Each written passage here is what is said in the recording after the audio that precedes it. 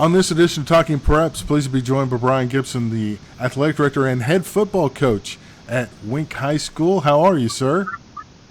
I'm great. Thank you for having me. Hey, thanks for coming on today. Well, I can imagine this has been a pretty busy time for you, wearing two hats, trying to get ready for football, and also overseeing an athletic department that had everything suspended. How's this pandemic been for you? I think just like everybody else, it's really chaotic. Don't know what to expect. I mean, we haven't been down this road before in our history. Um, but yeah, I mean, I think we're missing out on a lot of things. This is a great time for our younger classmen to step in and take leadership roles, start assuming the program leadership, and I think that's time they're missing out on. Uh, I think we're missing out on a lot of things as far as our kids developing their skills and abilities to bond and create better friendships leading into next year. No question about that. Now, how have you been able to keep your kids involved and keep that kind of sense of team going through this? Well, being a small school, that kind of naturally happens because these guys are talking to each other all day, pretty much all day, every day. Um, the new Sports U app that has come out has been really helpful. THSEA has given out a lot of information as far as the workouts and leadership and nutrition and things like that we share out to the student athletes. So I think just being in a small town, I think it really helps a lot because we see them quite often. Yeah, that's good. Community support and everybody gets around it. As a result of this, do you think technology is going to change the way you coach and keep everybody together? Even though it is a small town, is technology going to change things a little bit? I don't see how it's not going to change things. I think just overall, the coaching world is going to be more in tune with the technology world because they've had to jump in head first and learn it right now. Technology has always been something that we've used around our programs quite a bit. Our athletes, they use it. I mean, we've tried to use Huddle as much as we can. Mascot media has been a big part of getting our information out there and streaming our games and doing things. And so I really think that it's going to change the game some, but I think in the end, uh, I think people are just going to learn new things that they can implement into their program. We hear a lot about importance of keeping the kids involved, keep them on a schedule. How about we don't hear many talk about the adults, but how have you been able to kind of stay on point? Has this been a struggle for you? It really has. I'm an early riser for the most part. I like getting up in the morning, going to work. Every day I look forward to showing up at the field house and seeing some bright, shiny faces and the challenges that we see every day. But I mean, it's definitely a void in our life. It's a blessing also because I'm going to have a senior son next year, and I think we've gotten to spend some more time together that we normally wouldn't have got to spend. But man, I sure do miss those other kids, and just I go to work 2 or 3 times a week for pretty much most of the day, and it's just silent in the field house. It's quiet. It's almost eerie, scary, and it's not a lot of fun. Yeah, you mentioned getting to spend a lot of family time during this time, which is good. But also, your kids on the team are really part of your family too, and it's hard to adjust being around them so much, and now you're distant.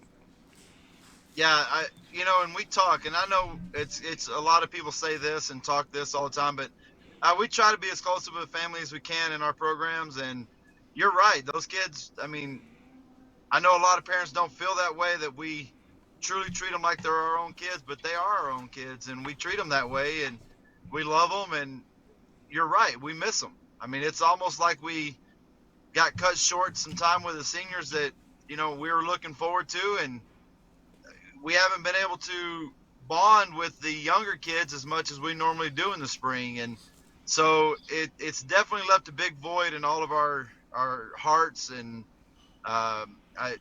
we just can't wait to get started again and get going and get the kids back in the building and working out. No question. As we look ahead toward the future, what's kind of the date everybody's looking forward? Is it the 1st of July, hopefully getting people back? I mean, I know it's not decided, but in your mind, is there kind of a cutoff point where we're going to be in trouble if we don't hit a certain date? August 3rd. I mean, if we're not full blow by August 3rd, I think we're in trouble. And that's the one date I'm praying for. But I really think a target date for me. I think if I'm really, really, truly hoping for June 1st or an early June date to get some kids, even if in small groups, into the weight rooms, working out. But I think the target really needs to be about July 1st. I think if we can get in July 1st and get some work done and get the kids back acclimated and going, I think we'd be in a lot better shape. That's not far off. As if we can get the kids back going, how important is it to have a set number of weeks just working on conditioning before you get into anything else?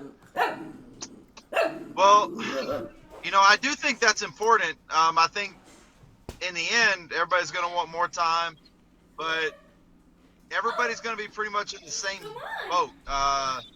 Going to be needing time, not going to have a lot of time, and we're going to have to slowly work our athletes into shape, because as much as we broadcast and hope that they're working out at home, we all know that the majority of them aren't able to get that done and stay in shape the way they need to. So I think everybody's going to be in the same boat, and it's going to be pretty interesting how we handle that once we are able to get going again. No doubt, kids will be kids, and that's something to deal with. How have you been able to fill the void without practice and everything? What have you been doing to keep yourself busy? Well, there's not a whole lot more I can do at home. I've pretty much done all the little honeydews that I wanted to get done, and I actually have a very close coaching staff, and we get to fill the void. We get together quite a bit throughout the week. So we're having a lot of dialogue and a lot of discussion over, cooking some dinner or playing some dominoes or whatever. So the planning part, we're getting done, and we're having a lot of fun doing it in a different way. Filling the void of practice, I just don't think you can do it. Having kids out on the field and getting after it, you just can't replace that. So really, we just try to fill the void with the daily work of what we normally would do in the summer. And I guess whenever we get to summertime, we won't have anything to do but rethink ourselves over this time. Well, it sounds like it's been a time to build better relationships, and maybe that's one big positive out of this. We're going to be better at our relationships and maintaining those and enhancing those that maybe we kind of took for granted before all this. No, I think so. I really do. And I think one big message that a lot of people can take from this is you can't take anything for granted. You don't know if tomorrow is going to be providing the same opportunities that today is providing, and you need to take advantage of them. Relationships are going to be crucial and important. We need to make sure that we're still building good, solid relationships and taking care of those that we love the most. And so I do think that there is a lot of blessing behind this, although it's hard to see, but I think we can find a lot of blessings behind this. No doubt we have to keep our eye on the big picture. Well, speaking of big picture, would you like to take our quick quiz? Let's go. All right. Here we go.